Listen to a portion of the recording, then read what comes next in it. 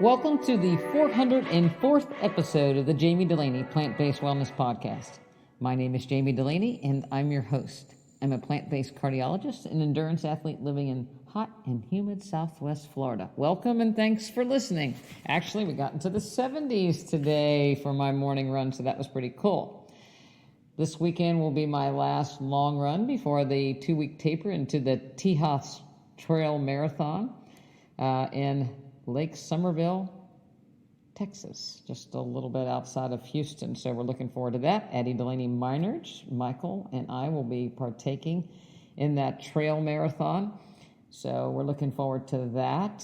Been training on the road, so, once again, we have no idea what the terrain will be like. I looked at some of the previous times. From looking at the times, it may be a little bit difficult in some areas in the terrain. So we'll see. It'll be a lot of fun. Looking forward to spending time with Addie and Caleb and Nathan and getting into running some trails. So I tried a new bean. You might think a plant-based cardiologist would have eaten every bean known to man, but got a new bean in my repertoire, pigeon peas. We came along pigeon peas as a way to kind of protect fruit trees. They grow kind of bushy and kind of tall, and they're actually a natural form of mulch so that you can cut them down and use the stalks for mulching purposes. They might be a bit of a barrier for some animals. The other thing is they help to recycle and replenish nitrogen in the soil. So that's how we came upon them. Of course, if you're going to grow them, can you eat them? It turns out that they are a very common bean in some Jamaican dishes. So this week I purchased some dried pigeon peas and soaked them and made them in a somewhat Jamaican style with Scotch bonnet peppers, oregano, and cayenne. And the first way I used them was I used them with rice, and we did stuffed peppers. So we stuffed red, yellow, and orange bell peppers and poblano peppers.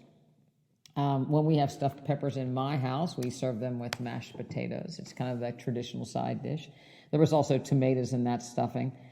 And then I recycled the leftover beans and mixed them with Swiss chard and had them along with the sweet potato. And that was also very good. They are a texture somewhat, they look like black-eyed peas, only a reddish-brown version. Texture somewhat like that, so more of a texture of a white to pinto bean, perhaps. Not real strong. They took up the spice really nice. Apparently, pigeon peas were first domesticated in India over 3,500 years ago. They're a good source of vitamin C, 43 milligrams a day, B vitamins, as well as some iron, 2.4 milligrams of iron. And we're going to get back to that iron thing in a little bit. So good for the soil, providing nitrogen, good for mulch to keep the trees and shrubs nice and hydrated, and a weed barrier, and good for humans. So perfect. If you listened to last week's podcast with Jenny McCall, the driving force for her to get into doing Ninja Warrior training was to be able to do a pull-up. And I had, joked around with her that, I thought I was doing good doing a band-assisted pull-up. So I decided I want to do a pull-up. And so I looked at some approaches on how I might go from a band or assisted pull-up to a pull-up without a band. Now, I've been doing band-assisted pull-ups for quite some time on an irregular basis, 1 to 2 times a week, maybe skip a week, maybe do it 3 times a week, but I never really get much further than, 3 sets of 8 band-assisted pull-ups. It always seems hard to start the pull-up for me. I can do a chin-up, and I can do an unassisted chin-up if on a fairly regular basis. I don't know, I've never tried to do more than one, but I can get up with an unassisted chin-up, but not a pull-up. I can't get started to get my weight up. So I decided to look up, some training programs on how I might progress. And I came across this training program that I decided to experiment with. It's a 22-day program to an unassisted pull-up. Now, there was no disclaimer that this will not work in people over blank age or under blank age, or you should have this level of ability before starting this pull-up regimen. And certainly the man in the video did not had a muscular physique, much different than mine, was a weight, but who knows? So I decided to do his program. I'll try to make a link to it in the show notes. It was a YouTube video. But the basis of it is that you do a baseline test to see where you are, and then there's 3 days of exercises based on that test. Then you retest, and then you do 3 more days, and then you retest. And every time you retest, the next 3 days of the exercises are increased, the number of them. So for an example, one of the tests is an inverted row. And so you do it to maximum failure, and you do a hang from a bar with your legs out straight for the maximum number of seconds. And then you do inverted rows and chair-assisted pull-up one day, inverted rows, and a eccentric pull-up, which means you start at the top and kind of let yourself down low, and then you do a hollow log ab hold for as long as you can, and again, more inverted rows. On the 3 days after the test, you increase the number of inverted rows by your max plus 40%, max plus 50%, max plus 60%. So every time you retest, if you can do more inverted rows, then you obviously have more inverted rows the next 3 days and you retest. So what have I learned from this so far? I'm on day 11. The first couple of days, it was, the first day is just and see how long you can hang and how many inverted rows you can do you can't do anymore. And so that didn't take very long. And so my first thought is, well, this is not very much. And then again, you do 2 exercises each day. It's like, well, that's not very much to get me to a pull-up. But what I soon found out was that when you increase by 40%, 50%, 60%, all of a sudden it starts to become more difficult each day, and it started to get a little sore. Now, he says in the video, if you get too sore and you have to take a day off on the 22 days, you can, but it's not really recommended. So if you have to, you can, but it'd be good if you didn't. I was never that sore that I had to take a day off and not progress, but I was sore enough that it made me a little nervous. Addie Dulaney Meinerich makes fun of me because she says I don't like to get sore when I weightlift. And it's true in the sense that I don't like my legs to get sore because then it hampers my running ability. So I don't care about my upper body so much, but it's my legs that I don't like to get sore. But, it does keep me, again, out of the weight room as much as she is in the weight room. So anyway, I started to get a little sore in my upper body, and I got a little nervous because I was afraid that, am I going to be able to hang for the 22 days? If I'm going to complete this, and of course, what's the outcome going to be? Because there's a big unknown there, right? Because I can't do one, and I'm trying to do one. And it hit me that, this is probably not too different than somebody starting a plant-based nutrition program. You start out, and it seems very easy. All you have to do is eat fruits and vegetables. And, you make rice and beans one day, and you might have rice and beans and something else one day. And then pretty soon, you might get a little bored with salads every day or eating the same thing every day. Or if something comes up, there's a little challenge, and the next thing you know, you take a break, and then you don't start back up. So I thought about, how could you apply this method to plant-based nutrition? The other thing that, because there's a question with me in 22 days, will I actually be able to do a pull-up in 22 days? What do I think? What's my prediction? I'm not going to tell you what I really think or how it is, because I'm not going to limit myself in any way either direction. But I'm going to go the 22 days. As the workups have gotten harder because there's more inverted rows, you can take breaks, and he said that on the YouTube video, you can take breaks in between the number if you can do. So, right now I'm doing 8 inverted rows, wait a little bit, do 8 inverted rows, wait a little bit, do 8 inverted rows. So today I had to do 33 inverted rows and 11 eccentric pull-ups.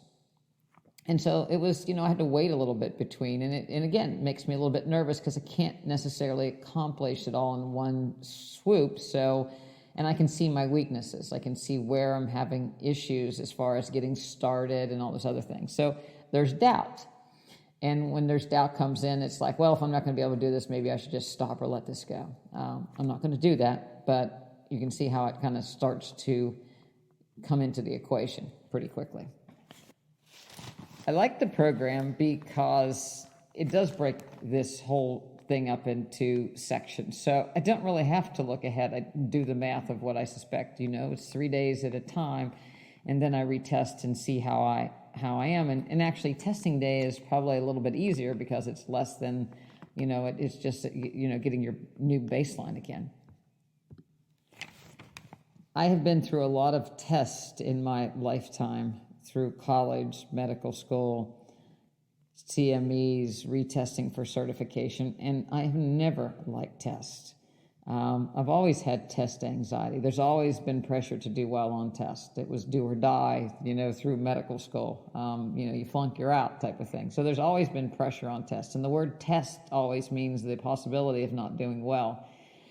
And a lot of people have that same aversion. I have people that, the thought of getting their blood pressure tested, the thought of weighing, the thought of getting their cholesterol tested. So there's so many, there are a lot of negative connotations associated with testing, but I do think it's a very important thing so that we can see where we are in our plan, to see if something's actually working so that we can readjust. And, can we add more? The other thing is, testing allows us to start out at a lower level. So if we apply this to plant-based nutrition, and I do, often when people come into the office, is where are you now? And I have had people come into the office that hardly ate a vegetable, to the point where people ate they were all vegan and had some junk foods. And people that were pretty plant-based, they just wanted a little direction. So I've seen all kinds of start points. I've also seen when people, start out guns a-blazing, and a lot of times that is very important because they're very sick, and to get the maximum benefit, we want the maximum change. But with that, full-on, full-force change, sometimes comes a lot of pressure to maintain something that's uncomfortable.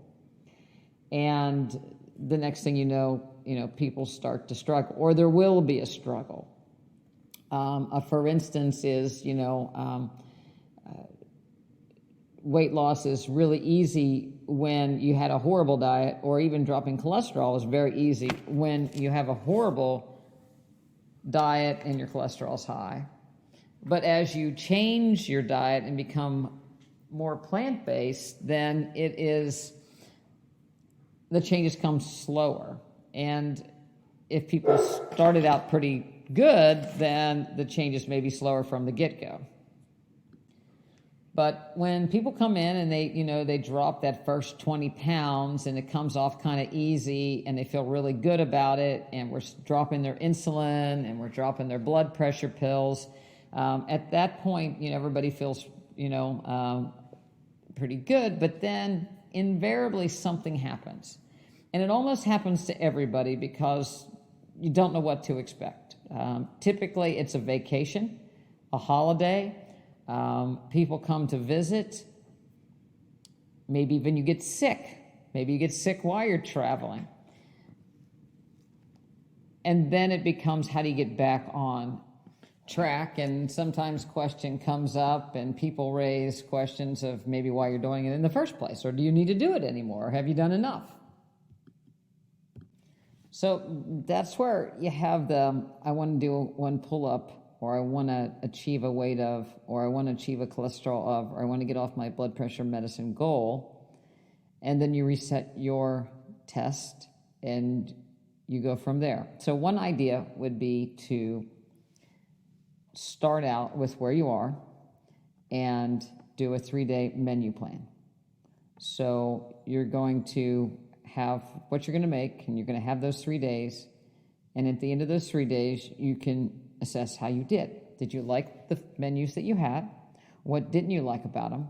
What about those? What other vegetables can you? Look at the plate and see what's potentially missing. Is there something that you can add to it? So maybe you're starting from scratch and you just started with breakfast, and you had 3 different breakfasts. Breakfast with a variety of different fruit. Maybe you had, just fruit. Maybe you had, a piece of toast and fruit. Maybe you had teff. Maybe you had even a plant-based pancake that you made. But you can see those breakfasts and how they fit in. Are you getting your chia seeds, flax, or hemp seed in? Are you getting enough fruit in? What did you get? Were you full? And go from there. Maybe you tried a smoothie. Were you full? Did you have to have a snack or something because the smoothie didn't carry you over? So you can assess over 3 days and then go again. Maybe your breakfast, you have that down, and now you're going to go to lunch. So you're going to try to find 3 lunches that for 3 days that you like. And again, reassess. Maybe it's leftovers one day, maybe it's 2 different kinds of salads. Then you reassess. Then you have some go-tos. Again, you might go to dinner, you might stay on lunch. Find 3 more days of lunches that you like. Maybe you're tired of, use the same dressing, and so you need to find different dressings to use. The other metric that you can look at along the way is, are you starting to achieve any goals? So if you substituted oatmeal from eggs, or your glucose for your eggs, or your glucose better? Has your weight gone down? Are your ankles less swollen? Or less sodium intake? So you can look at metrics that you want to assess after 3 days. But it could be as simple as, did I like the food? Did it keep me full? Was it balanced? Was there good color on my plate? And then reassess and go. And by keeping your transition simple like that, you can keep building on what it was. If you have a setback, again, you traveled or you got sick, then, go back and look at how you started, find yourself a breakfast, lunch, and dinner that you can go back to.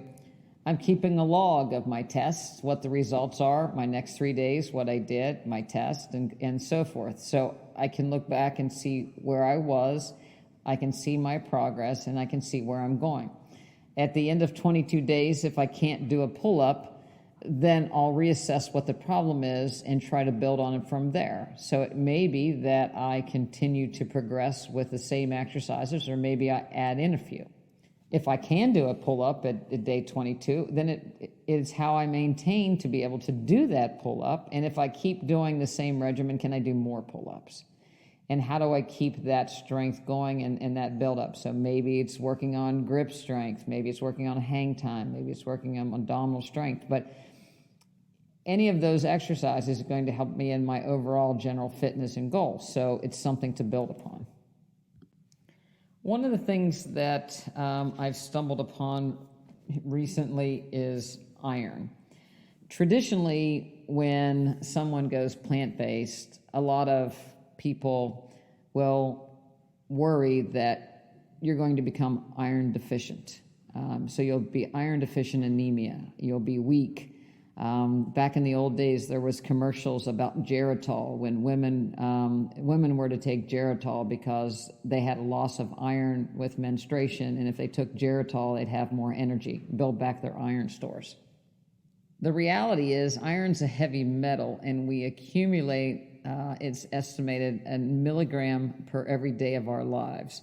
So the older we get, the more iron we accumulate, and the more toxic it can be. And iron stored in our tissues, such as our liver, heart, kidney, brains, can be toxic in abnormal metabolic function, abnormal recycling of iron can lead to multiple diseases. It's thought to contribute to cardiomyopathies, decreased heart muscle contraction, electrical abnormalities in the heart, certainly dementia, and various neurological diseases, neuropathies, kidney disease, disease of the immune system. So the majority of problems with iron probably comes from too much. It has even been postulated that women live longer than men because they have a monthly loss of iron through the menstrual cycle for a lot of years of their life. And so after menopause, women start to catch up with things like heart disease and vascular disease. So all things taken equal, that loss of iron is probably protective. There have been studies that look at blood donation as being protective because it's decreasing iron stores. Where do you get your iron? People that eat meat get a form of iron from heme, from the blood, so the blood of other animals. That iron is absorbed readily without much difficulty into the intestinal cells, transferred into the blood.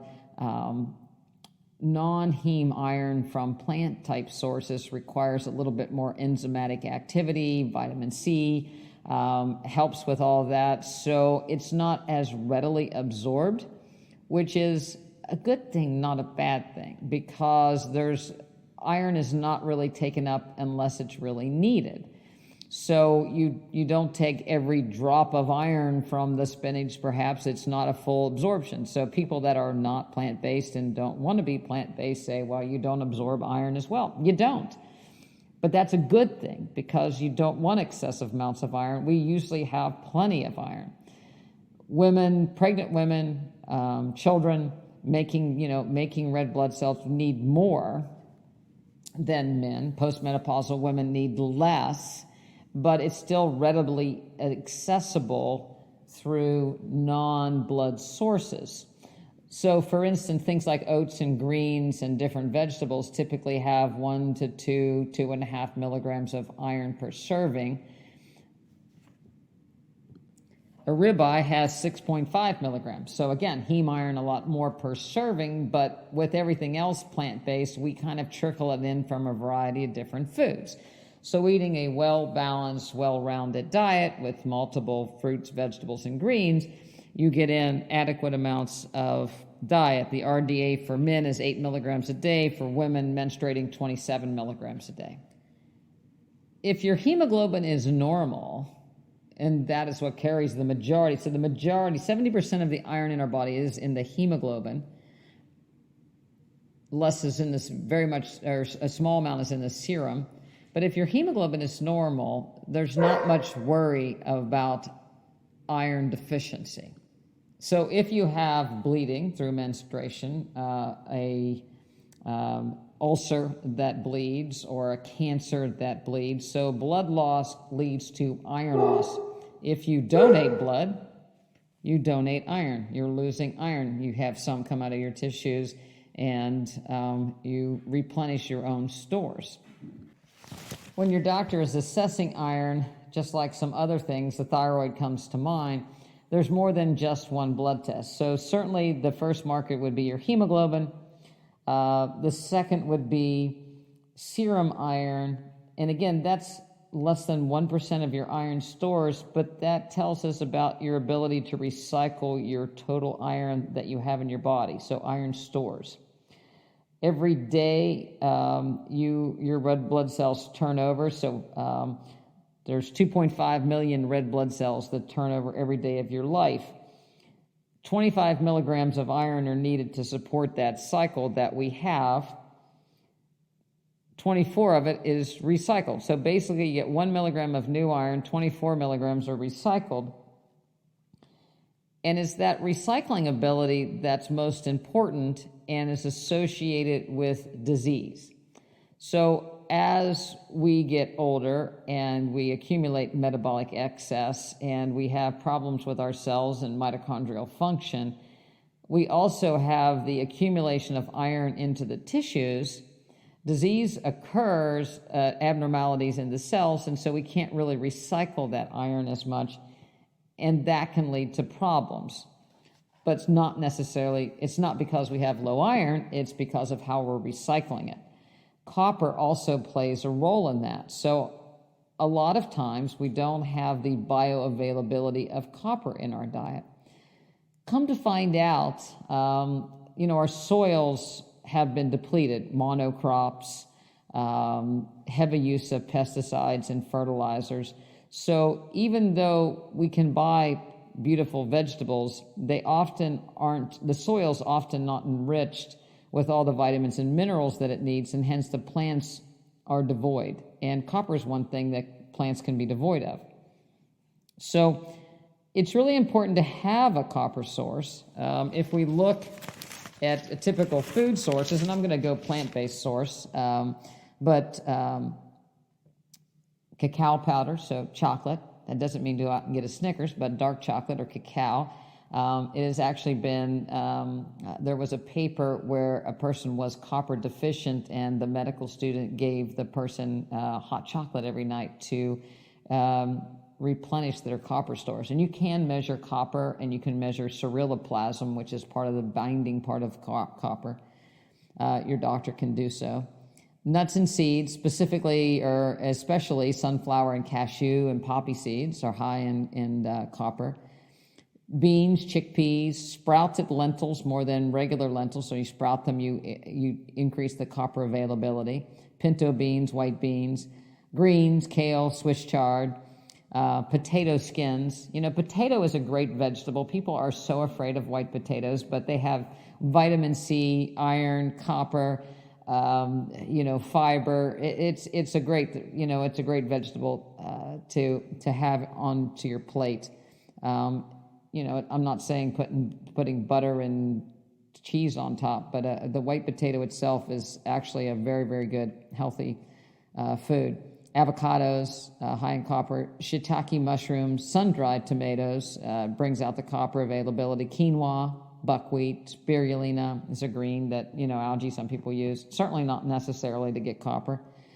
But it comes back to it's better to get your copper from food, but the question is how much copper does a food have in it? So that's where, I again, have people lean more and more towards organic. If you go to a farmer's market, talk about how, excuse me, the farmer, what does the farmer use? Does he use any copper sulfate?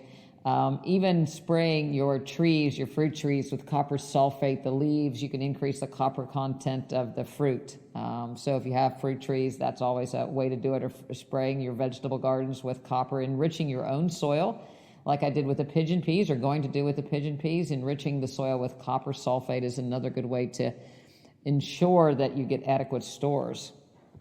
So copper is really tied to the recycling of iron and that maintenance of a good flow. So we're not looking to put more iron in, we're looking to enhance our recycling of the iron that we have so that we don't become toxic by just putting more and more iron in. So it requires a multitude of blood tests if there's a question about whether or not you actually have low iron. But for the most part, I'm going to say it's really hard to become iron deficient if you haven't had a big blood loss. And you can certainly replace blood loss, if need be, through the addition of non-heme iron sources. The other thing that is important in making red blood cells and iron metabolism is vitamin A. And in the plant-based world, we look at beta-carotene to be chemically transformed into retinol. Turns out synthetic vitamin A is actually probably toxic. There's been associated with bone issues and fractures with taking vitamin A. So excessive amounts of vitamin A supplementation can be actually very dangerous. Vitamin A from foods, straight vitamin A comes from animal sources. Beta-carotene would be the vegetable source. Interestingly, in most countries, people get a combination of their retinol from beta-carotene and vitamin A. So people eat vegetables and meat. Most European countries get most of their vitamin A through beta carotene because they eat less meat, so their conversion. There is a beta carotene deficiency in a lot of people. Taking a supplement's not the answer, but eating a plate that is rich in color is the answer. And I was surprised to find out that, there is a beta carotene deficiency in a lot of individuals. I don't know why I was so surprised if you think about the brown plates that people eat without any vegetables, fruits, or colors on them, colorful vegetables. But incorporating color, so multiple colored red bell peppers, red, yellow, orange, green bell peppers, greens, a source of beta carotene, carrots, papaya, cantaloupe, orange, sweet potatoes, yellow squash, all great sources of beta carotene. We're entering fall pumpkin season, so butternut squash, all varieties of pumpkins, very, very good in beta carotene. Cabbages, greens, all good in beta carotene. So it seems impossible when you think about plant-based nutrition to be deficient in beta carotene. But again, people that tend to eat a very processed fast food diet can be deficient in beta carotene intake. You might say, well, they eat animals. Are they getting it from animals? But in the actual meat itself, not so much. So if you're going to be if you're going to follow a ketogenic diet or be a carnivore, you have to eat the organ meat. My dogs are carnivores. They have to have organ meat in to survive because that is where the vitamin A is. So when people aren't taking in beta carotene, they've got to eat some organ meat, and maybe some oysters will help somewhat too. But most people don't like the sound of eating heart, kidney, and liver on a regular basis. So, it really goes, I don't think there's any liver dish at Chick-fil-A or Burger King. Frankly, when I was growing up, the worst smell in anybody's house was the cooking of liver and onions. I hated that. That was really the only food I never liked. But, most people nowadays don't eat a lot of those things. So they can, they still need the beta carotene. So we still need colorful fruits and vegetables. We're still better taking our nutrients from the food and not synthetic supplements because of the way we absorb them and the reactions that are going on simultaneously in our body. Our body doesn't know how to handle synthetic vitamins. It handles the vitamins as a part of the food much, much better. So I guess I would conclude that nutrients from a plant-based diet trickle in from a variety of different sources. Looking at your plate, making sure it's colored, well-balanced, taking it little steps at a time, reassessing metrics to see if you're accomplishing the goals. Don't stick your head in the sand. If you're not accomplishing your goals, then you need to reassess. Certainly, the sicker you are, the more aggressive you need to be and to have that goal out in front of you. There's not a lot of room if you're, older and have excessive amounts of iron stores and have liver and heart dysfunction because of those. Cutting back on animal products at that point is not going to be a fix. So it becomes necessary to be more aggressive the sicker that you are. But again, if we're accumulating toxins every day of our lives, it'd be nice to stop that process rather than, continue it for a period of time.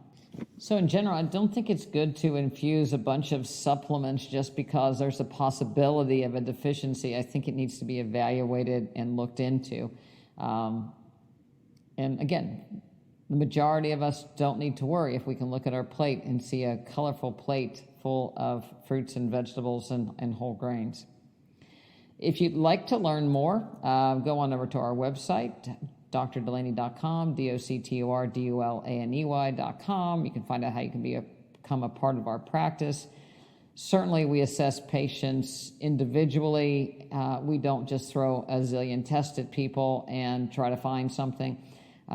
We talk to people and spend time and test when we need to, but we don't test for no, there's a method to our madness, basically. Everybody, I believe, is an individual and deserves an individual workup, not a protocol, one size fits all. You can email me questions, Jami at Dr. Dulaney. Love to hear from you. If you want to run a marathon with us, you can sign up for the Treasure Coast Marathon in March. Now getting to that 6-month mark, so it's time to start training. In our practice, we train people to run marathons and do endurance events as a part of our movement. I'll keep you up to date with my 22-day challenge as it comes along. Thank you, as always, for listening. Have a good evening.